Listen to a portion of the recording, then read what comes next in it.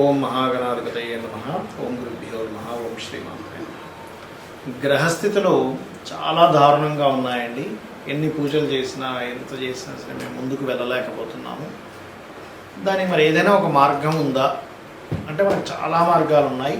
అందులో ప్రధానంగా మనకి కొన్ని కాంబినేషన్స్ ఉంటాయి. అంటే అలాగా శని కుజుడు, రవి రాహువులు, బుధుడు కుజుడు, అదేవిధంగా కుజుడు రాహువు, శని కేతువు, ఇట్లా కొన్ని కాంబినేషన్స్ ఉంటాయి. చంద్రుడు రాహువు ఇట్లా ఉన్నప్పుడు ఏమవుతుందంటే వాళ్ళ లైఫ్లో పాపం వాళ్ళు ఎంత నిజాయితీగా ఉన్నా, ఎంత సిస్టమేటిక్గా ఉన్నా, ఎంత కష్టపడుతున్నా దగ్గర దాకా నోటి దాకా వచ్చి జారిపోతూ ఉంటుంది. అది ఎందుకు అలా అవుతుంది అంటే పూర్వజన్మలో చేసుకుని కొంత కర్మ అనుకోండి. కొంతమంది బాగుంటుంది, మళ్ళీ కొన్ని విషయాల్లో వాళ్ళకు కూడా కొన్ని విషయాల్లో చాలా బాగుంటుంది. అంటే పూర్వజన్మలో చేసుకున్న మంచి కర్మ.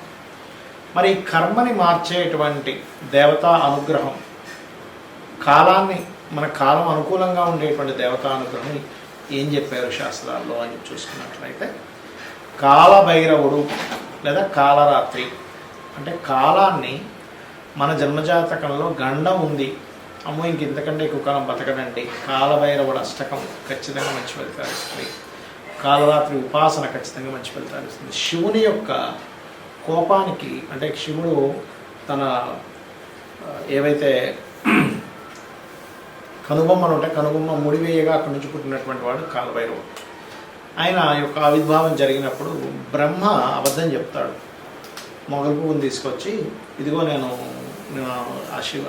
ఆ యొక్క లింగం ఏదైతే ఉంటుందో అగ్నిలింగం యొక్క మొదలు చూశాను అని చెప్పి అబద్ధం చెప్తాడు. శివుడు తెలీదా ఆయన అబద్ధం చెప్తాడు నిజం చెప్తున్నాడు. కాబట్టి ఆ కాలభైరవుడు అతనిలోంచి బయటకు వచ్చి ఐదు శిరస్సులు ఉండే ఒకప్పుడు. అంటే అబద్ధము, నిజాయితీగా లేకపోవడము, మనల్ని మనం తెలుసుకోకపోవడము, మనం ఏదో అజ్ఞానంలో ఉండేటువంటి మనల్ని అజ్ఞానంలో ఉండే ఆ యొక్క శిరస్సు అంటే అబద్ధమైన శిరస్సుని తుంచేస్తాడు కాలభైరవుడు. అంటే మనలో కూడా తెలియకుండా కొన్ని అజ్ఞానాలు ఉంటాయి. ఎలా అంటే ఈ పని నేను చేయడం ఏమిటి, ఇలా నేను ఉండడం ఏమిటి, నేను ఎవరి మాట అందరూ నేను ఎందుకు వినాలి, లేకపోతే నాకు తోచింది నేను చేస్తాను, ఎవరు ఏం చేస్తారో చూద్దాం, నేను ఇలాగే బ్రతుకుతాను, అది నిజం కాదు, అది కరెక్ట్ కాదు తెలిసిన అవసరం మనకు తెలియకుండా ఎక్కడో మన ఈగో మనల్ని ఇబ్బంది పెడుతూ ఉంటుంది. దాని నుంచి ఎప్పుడైతే మనిషి బయటికి వస్తాడో అప్పుడు వాళ్ళ లైఫ్ అనేది మారుతుంది. అయితే అంత సులభమా? పూర్వజన్మ వాసనలు మనల్ని వెంటాడుతూ ఉంటాయి. కానీ ఎవరైతే కాలభైరవ అష్టకాన్ని చదువుతూ ఉంటారు, ఇందాక నేను చెప్పాను శని కుజులు అంటే ఏమిటి, ఫోర్స్ కర్మ. అంటే మీ యొక్క జన్మజాతకంలో శని కుజుల ప్రభావం ఉంది, అది ఏ భావానికి కనెక్ట్ అయిందో ఆ రిలేటెడ్ సంబంధించిన వస్తుంటాయి. అంటే కొంతమందికి అన్నదమ్ముల మధ్యన గొడవలు ఉంటాయి, కొంతమందికి చేస్తున్న ఉద్యోగంలో ఎదుగుదల ఉంటుంది శని కుజుల ప్రభావం ఉన్నప్పుడు, కొంతమంది అయితే మళ్ళీ ఇందులో ఎవరైనా డిపార్ట్మెంట్స్లో ఉంటారు, పోలీస్ డిపార్ట్మెంటు లేకపోతే ఆర్మీ, నేవీ, ఇలాగా ఆ యొక్క డిపార్ట్మెంట్స్లో ఉండేటువంటి వారికి మళ్ళీ ఏం కాదు. ఎందుకంటే కర్మ ఈజ్ ఫోర్సింగ్ కర్మ, పోలీస్ రిలేటెడ్ కర్మ కాబట్టి. అలా కాకుండా మరి కొంతమందికి ఇతర కాంబినేషన్స్ వల్ల రవిరాహు కాంబినేషన్ అనుకోండి, మిస్క్యారేజ్ అవ్వడం, లేకపోతే మీరు చెప్పిన దాన్ని అవతల వాళ్ళు ఇవన్నీ ఇలాగే డబ్బా కొడుతుంటాడులే అని చెప్పి ఒక బ్యాడ్ నేమ్ రావడం క్రియేట్ చేస్తూ ఉంటుంది. కాబట్టి ఏంటంటే ఈ యొక్క విషయంలో మీకు మంచి ఫలితాలు రావాలంటే రోజు ఉదయం పూట లేదా సాయంత్రం పూట అయినా ఒక్కసారి కాలభైరవ అష్టకం చేసుకొని చూడండి. లేదు మీరు అమ్మవారు ఉపాసకులు అనుకోండి, కాలరాత్రి అని ఉంటుంది అమ్మవారు, కాలభైరవుడు కాలరాత్రి. ఈ కాలరాత్రి ఉపాసన అంటారంటే మన జన్మజాతకంలో ఏమిటండి ఎన్ని దశలు మారిపోతున్నా సరే నా లైఫ్ మారదా అని మనం ఎదురు చూస్తూ ఉంటాం చూసారా, ఏమిటో అర్థం కావట్లేదు, అసలు ఆ టైం మారుతుందా, నా జీవితం ఇంతేనా అని అంటూ ఉంటారు.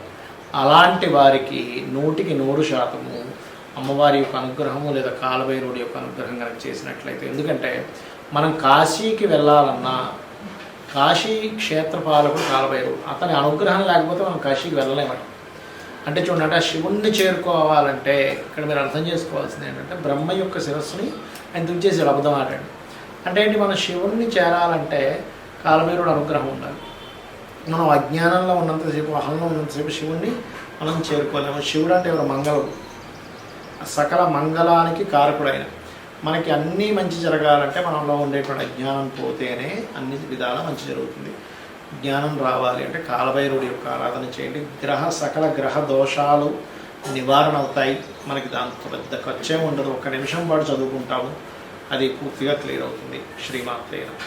మకరం వారికి కనుక చూసుకున్నట్లయితే మీ యొక్క రాస్యాధిపతి శని భగవానుడు 3వ స్థానంలో కుజుడితో కలిసి ఉన్నాడు. ఇది మంచిదే.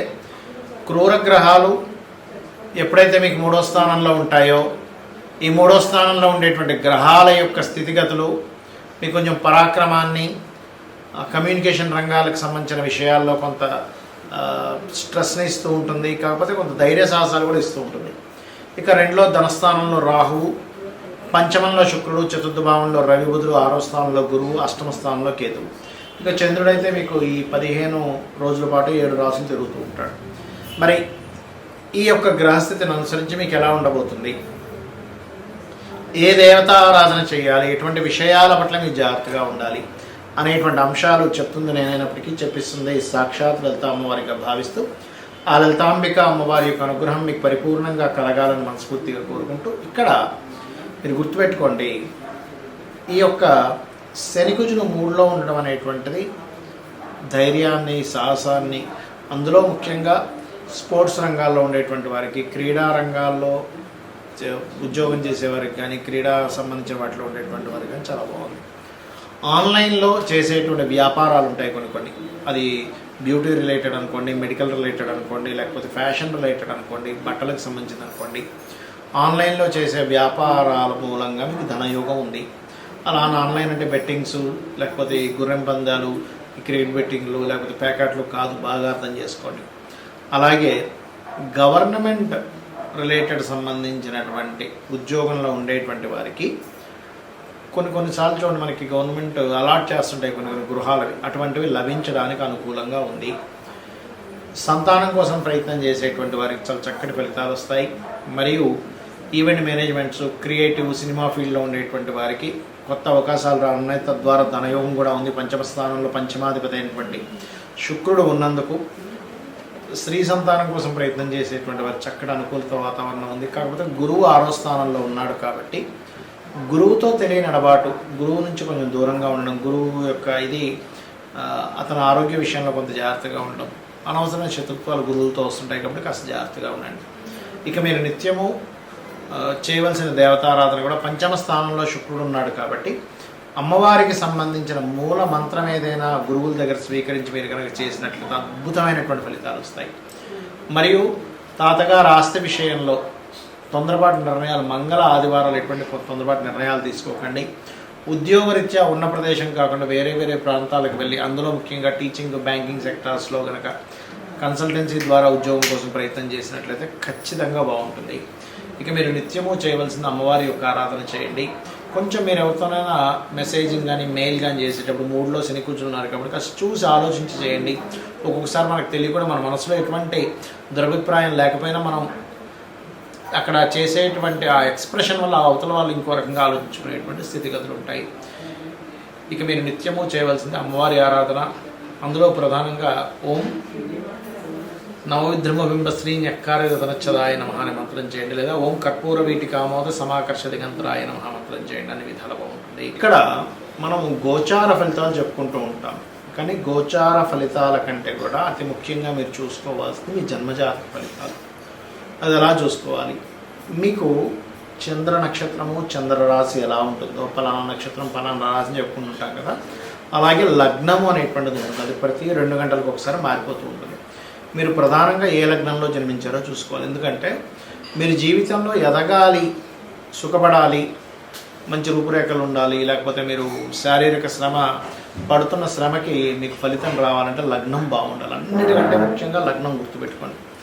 లగ్నం బలహీనంగా ఉందా, బలంగా ఉందా? బలహీనంగా ఉంటే అది ఏ లగ్నం అయింది, 12 లగ్నాల్లో ఏ లగ్నం అయింది, మేషం నుంచి మీనం వరకు ఆ లగ్నాధిపతి ఎవరైతే అయ్యారో, ఎందుకంటే మేషము వృశ్చికానికి అయితే కుజుడు అవుతాడు, వృషభ తులకైతే శుక్రుడు అవుతాడు, మిథున కన్యకైతే బుధుడు అవుతాడు, కర్కాటకానికి చంద్రుడు అవుతాడు, సింహానికి రవి అవుతాడు, మరియు అదేవిధంగా ధను మీనాలకి గురువు అవుతాడు, మకర కుంభాలకి శని భగవానుడు అవుతాడు. కాబట్టి ఈ లగ్నాధిపతి ఎవరో తెలుసుకొని మీరు ఎదగలేకపోతున్నారన్నప్పుడు ఆ గ్రహం దగ్గర దీపారాధన చేయండి. ఖచ్చితంగా మీ లైఫ్లో ఎదుగుదల అనేటువంటిది వస్తుంది. శారీరక శ్రమ, మీరు శ్రమ పడుతున్నందుకు దానికి ఫలితం వస్తుంది. తక్కువ ఆదాయానికి ఎక్కువ శ్రమ పడడం కూడా తగ్గుతుంది, గుర్తుపెట్టుకోండి. కొంతమంది చూడండి గొడ్లా కష్టపడుతుంటారు కానీ ఫలితం రాదు. ఇది లగ్నం. మరి ధనపరమైనటువంటి విషయాల్లో చాలా ఇబ్బంది పడుతున్నామండి అన్నప్పుడు జాతకం లేదు, ఓం సంపత్కరి సమారూఢ సింధుర బ్రజ సేవితాయ నమః మంత్రం చేసుకుంటే ఖచ్చితంగా గ్రోత్ ఉంటుంది. అంటే మీ యొక్క ఆలోచన విధానంలో నేను ఎలా కష్టపడుతున్నాను, నేను ఏ మార్గంలోకి వెళ్తే బాగుంటుందని అమ్మవారిని ఆశ్రయించినప్పుడు మీకు ధనయోగం అనేటువంటిది కలుగుతుంది. దాంతోపాటు మీ ధనాధిపతి ఎలా ఉన్నాడో చూడాలి. ధనాధిపతి మీకు వ్యాపారంలో ధనయోగం ఇస్తున్నాడా, ఉద్యోగంలో ధనయోగం ఇస్తున్నాడా, ఆ ఉద్యోగంలో ఉన్న స్టేట్లో ఉంటే ఇస్తున్నాడా, వేరే ప్రాంతాలకు వెళ్ళాలా, వేరే ఊరు వెళ్ళాలా, వేరే దేశానికి వెళ్ళాలా అనేటువంటిది ఉంటుంది. అది మెడికలా, మార్కెటింగా, లేకపోతే ఫుడ్ రిలేటెడ్ వాటి మూలంగా ఉందా అనేటువంటిది చూసుకోవాలి. అందుకే చిన్నపిల్లలు చదువుకునేటప్పుడు కూడా మీ అబ్బాయి యొక్క విద్యాస్థానానికి ధనస్థానానికి ఉండే లింకుని చూసి దానికి సందర్భంగా అంటే దానికి అనుగుణంగా మీరు కనుక చదివించినట్లయితే వాళ్ళకి ఉపయోగపడుతుంది. ఆ చదువు లేనట్లయితే కొంతమంది చూడండి ఏదో చేస్తారు కానీ పెద్దగా ఉపయోగపడలేదంటే అంటూ ఉంటారు. అటువంటివి జరుగుతూ ఉంటాయి. అదే రకంగా అన్నదమ్ములతో వచ్చే ఇబ్బందులు 3వ స్థానంలోని. విద్య ఎందుకు అవ్వట్లేదు, చాలామంది చూడండి పిల్లలకి లక్షలు పెట్టి స్కూల్లో జాయిన్ చేయించిన చదవలేకపోతుంటాడు. ఎందుకంటే చతుర్థ భావం పాడవుతుంది. ఆ చతుర్థాధిపతి ఎవరు, చతుర్థ స్థానంలో ఉండే గ్రహం ఏమిటి, చతుర్థాధిపతి ఏ గ్రహాలతో సంబంధం కలిగి ఉన్నాడు, దానికి సంబంధించినటువంటి గ్రహారాధన చేయడము, పిల్లలకి హైగ్రీవ స్తోత్రం నేర్పించడము. లలితా సహస్రనామాల్లో అయితే మీరు శుద్ధ విద్యాంకురాకార ద్విజపంక్తి ద్వయోజ్వలాయ నమః అనే మంత్రం చేయించడం మంచిది. ఇక సంతానం కలిగినప్పటి నుంచి కొంతమందికి బాగుంటుంది, సంతానం వల్ల కొంతమంది ఇబ్బంది పడుతూ ఉంటారు. 5వ స్థానం రుణ రోగ శత్రువులు. ఇవాళ రేపు అందరూ ఇబ్బంది పడేది దేని గురించి అంటే రుణము, రోగము, శత్రువులు. ఇది పూర్వజన్మ కర్మ వల్ల వస్తూ ఉంటుంది. కాబట్టి ఈ పూర్వజన్మ కర్మకారకుడు ఎవరైతే ఉన్నారో, రుణరోగ శత్రుకారకులు ఎవరైతే ఉన్నారో, ఇది 6వ భావం బట్టి ఉంటుంది. కాబట్టి 6వ స్థానంలో ఉండే గ్రహాలకు మీరు దానం ఇచ్చుకున్నట్లయితే మీ రుణాలు తగ్గడం. ముఖ్యంగా ఓం అపర్ణాయే నమః అనే మంత్రం చేయండి. 100% మీకు రుణం అనేటువంటిది తగ్గి తీరుతుంది. ఇక వివాహం, ఇవాళ రేపు వివాహం అవ్వట్లేదు ఏంటోనండి, మా అబ్బాయికి 30 వచ్చేసే, 35 వచ్చేసే, మా అమ్మాయికి 40 వచ్చేస్తున్నాయి, వివాహం అవ్వట్లేదు అని బాధపడుతుంటుంది. ఇక్కడ ఒకటే, మీకు గ్రహము అనుకూలించినప్పుడు మీరు వివాహం కోసం ఆలోచించరు. ఒక్కోసారి ఎలా అంటే 25 ఏళ్ళు 22 ఏళ్ళ వయసులో ఒక్కోసారి అనుకూలిస్తుంది గ్రహం. ప్రతి జీవుడికి కూడా 3 నుంచి 5 సార్లు వివాహ బలం వస్తుంది. అది మన జన్మజాతకంలో సప్తమాధిపతి ఎక్కడున్నాడు, శుక్రుడు ఎలా ఉన్నాడు, సప్తమం మీద శుభగ్రహ అనుకూలత వస్తుందా, సప్తమంని యాక్టివ్ చేసేటువంటి మహాదశలు అంతర్దశలు వస్తున్నాయా లేవా, ఇవి చూసుకొని మీరు వివాహం కోసం ఆ పర్టికులర్ సమయంలో కనుక ప్రయత్నం చేస్తే ఖచ్చితంగా ఉంటుంది. ఎలా అంటే చిన్న ఎగ్జాంపుల్ చెప్తాను చూడండి. మీరు సినిమాకి వెళ్దాం అనుకున్నారు, మార్నింగ్ షోనా, మ్యాట్నీనా, ఫస్ట్ షోనా, సెకండ్ షోనా, 4 షోలు ఉంటాయి. అలా కాకుండా నేను అక్కడ 2 గంటలప్పుడు సినిమాకి వెళ్దాం అనుకుంటున్నానండి, నేను థియేటర్కి వెళ్తే ఎవరు తెలుస్తారు, మూసుంటుంది. అలాగే మీరు ఏదైనా ఒక వస్తువు కొనాలన్నా పలానా సమయం, పలానా మార్కెట్, పలానా ప్రదేశం. సూర్యోదయం కూడా రాత్రి ఎప్పుడో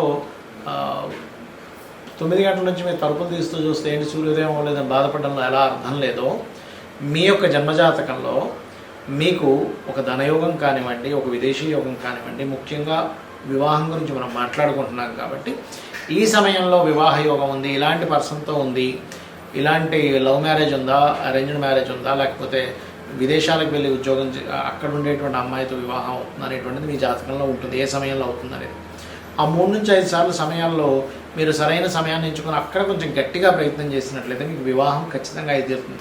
కొంతమంది ఎక్కడో 1% ఆఫ్ జాతకాల్లో అసలు వివాహం ఉండదు, అది వేరే కేసెస్.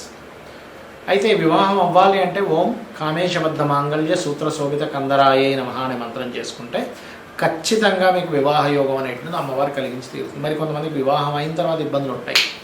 అలాంటప్పుడు ఓం శివకామేశ్వరాంకస్త శివా స్వాధీన వల్లభాయ నమః చేసుకోండి.